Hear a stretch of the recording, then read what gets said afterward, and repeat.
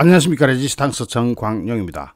29일 우크라이나와 러시아가 터키에서 평화회담을 진행하고 있을 그때 러시아 본토에서 대형 폭발이 일어났습니다. 원래 휴전협정 같은 게 진행될 때는 쌍방의 공격은 보다 더 치열하게 되어 있다고 제가 말씀드린 바 있죠. 우리나라 6.25 때를 보시면 됩니다. 휴전협정 할 때 얼마나 치열했던가요.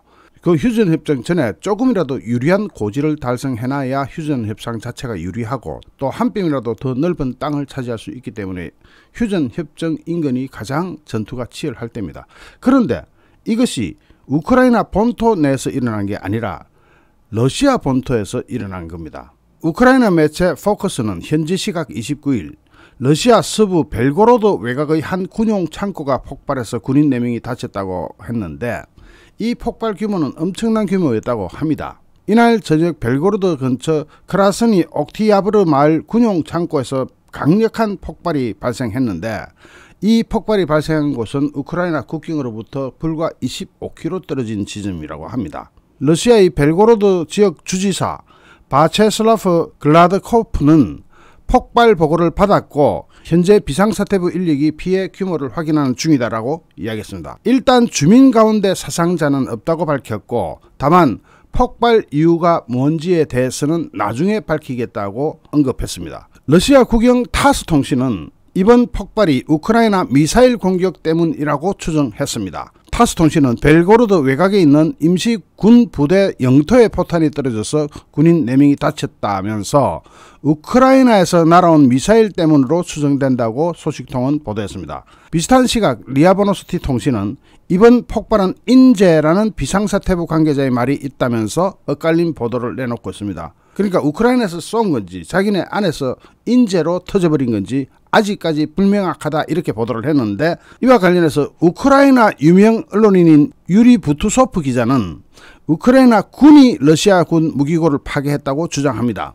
부투소프 기자는 우크라이나 국군 제19 방공여단이 벨고로드 외곽 크리스니 옥티야브르 마을의 러시아 연방 창고에 토치카 우 전술 탄도미사일을 정확히 내리꽂았다고 밝히면서 창고는 러시아가 우크라이나인을 살해하는 데 필요한 탄약을 공급하는 무기고였다라고 설명했습니다. 그러면서 이 정도면 러시아의 비무장화와 러시아의 비핵화를 위한 협상이 효과적으로 시행되고 있는 것 같아. 이게 우크라이나의 비무장화도 아니고 우크라이나의 비핵화도 아니고 러시아의 비무장화, 러시아의 비핵화 이러고 있습니다. 그러면서 우리가 만장일치로 지지하는 협상 방식이다. 우크라이나인들은 러시아군을 곧장 지옥으로 이끌 것이다 라고 주장했습니다. 이 부스토프 기자의 주장이 맞다면 우크라이나에서 러시아 본토로 미사일을 쏜 거죠. 그런데 우크라이나 군이 러시아 본토로 미사일을 날린 것은 이번이 처음이 아닙니다. 그러니까 현재로서는 우크라이나의 반격일 가능성을 완전히 배제할 수는 없는 상황이죠.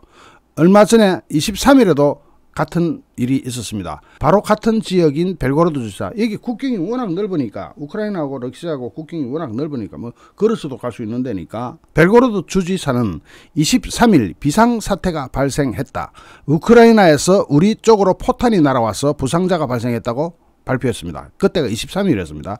당시 주지사는 집 한 채와 차 8대가 파괴됐다면서 다만 마을의 비주거 지역에 포탄이 떨어져서 인명피해는 없었다 이렇게 말했습니다. 우크라이나 군은 지난 말에도 러시아의 로스토프주 밀레로보 공항을 공습한 바 있습니다. 그러니까 우크라이나와 러시아 국경 사이에서는 그동안 계속 미사일이나 포탄을 주고받던 사이였던 거죠. 문제는 러시아 본토에서 대형 폭발이 발생한 29일 우크라이나와 러시아는 터키 이스탄불에서 5차 평화 협상을 했던 겁니다. 어쨌든 좀 시원한 느낌은 듭니다.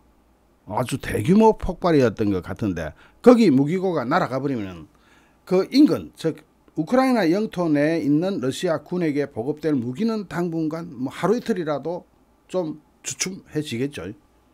그런 점에서 좀 속이 좀 시원합니다. 잠시 후 또 다른 주제로 여러분을 찾아뵙겠습니다. 속보 전했습니다. 감사합니다.